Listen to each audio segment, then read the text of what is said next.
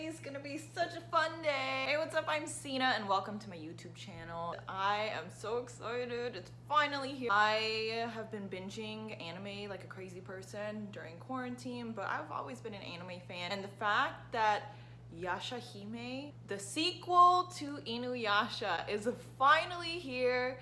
I have been waiting, I feel like for years to know what happened after the Inuyasha series wrapped up. Here is my quick reaction video and also super quick review of episode 1.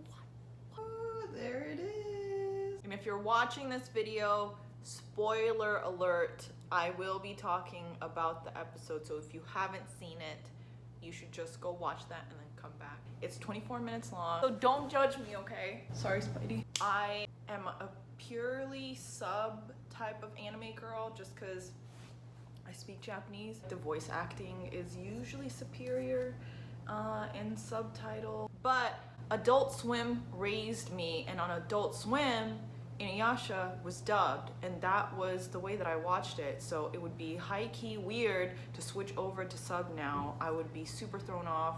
I really don't like that, so I'm gonna watch it dubbed. I can't show the screen to you because I think that I'm gonna get flagged. Pretty sure, right? We're gonna get flagged for that. Is there even a dub version? Watch it subbed. We're gonna get through this. We're going right into it. I think it's the Shomaru's kid. It's the Shomaru had a kid. With who though, bro? With who? So Shomaru had a kid. 2 kids, right? I think we've seen that in the trailer. Who did this man have children with? I guess in this time frame, they know about the Bone Eaters well, and they know about Tokyo. Like, they're making so many quick references to Inuyasha and things that were so secretive in that show that I'm like horrified. Oh my god, the music! It's Kagome. Ooh, intro. I don't know who your baby mama is, Shomaru. 9 out of 10. I don't know why I'm not giving it a 10 out of 10. I think just because I don't really know who's in it, and I still have no idea what's going on right now.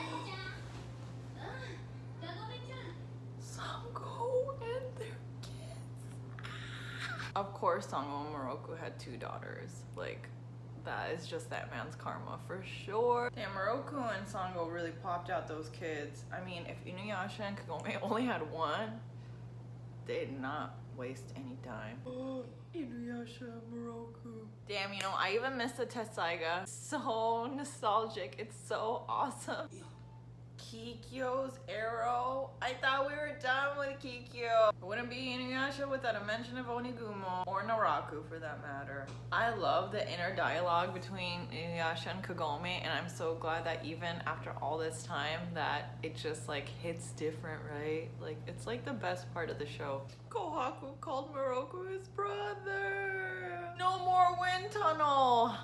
That is gonna be so different in the show. Moroku without his wind tunnel, I mean, that was like such a defining thing about his character. And now, I mean, I'm gonna have to get used to the fact that he doesn't have it anymore, which is a blessing, but also it's like, how is he gonna fight? Okay, so now we're back in the present time, which is the future. But yeah, that makes sense, right? In the current storyline, we're not flashback to right after the series ended. Outro's already a 10 out of 10. I mean, the animation, the artwork. But you know what? My final review of this episode is I really have no idea what's happening. I'm glad that they did a flashback really early on, just because I'm sure everyone's wondering, like, what happened to all the main characters of the original series, right? And I'm really glad they didn't do Kagome dirty. I was so scared because there were different threads online saying that because she was left out of the trailer that she was dead.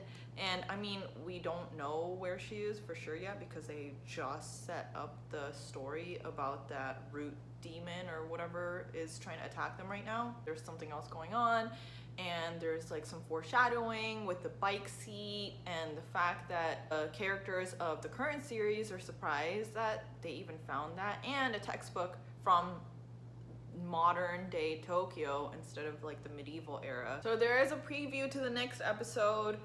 I don't really want to go into it. I kind of don't really even like to watch the previews, to be honest. I like to just kind of go into the next episode. But also, one thing I learned is if you're on Hulu, you are not going to get a dub version. I don't even know if there's a dub version right now. It would have to be like really quick turnaround, right? Because it just premiered across, I mean, all internet. Actually didn't mind the sub version. It's probably better that I just like commit to the sub version instead of going back and forth. I'm excited to see where this story goes. I'm nervous about what's happened to the main characters of the original series. And also there has to be a moment where we go back into Tokyo, into present day Tokyo, and I can't really wait to see what that looks like. What Kagome's brother is up to. I'm sure they're totally gonna touch on that. And a lot more about these kids. Like, how old are they? What happened? In the flashback, we didn't see Inuyasha and Kagome's kid. So was she born at that time? What's the age difference? Like, a roller coaster of emotions because it's just been so long since I even thought about Inuyasha. If you watch the episode and what you think is gonna happen, I love that I'm getting to watch this in real time. Make sure to subscribe if you're liking these videos and I can continue to make more in my reactions and joining the world in this new Inuyasha journey. Also, welcome to my couch. I call this the crying couch because normally friends come over and they lean on my shoulder when they're going through a tough time. See, Drake is there, crying Drake. But you know what? The only crying that we're gonna do today is tears of joy.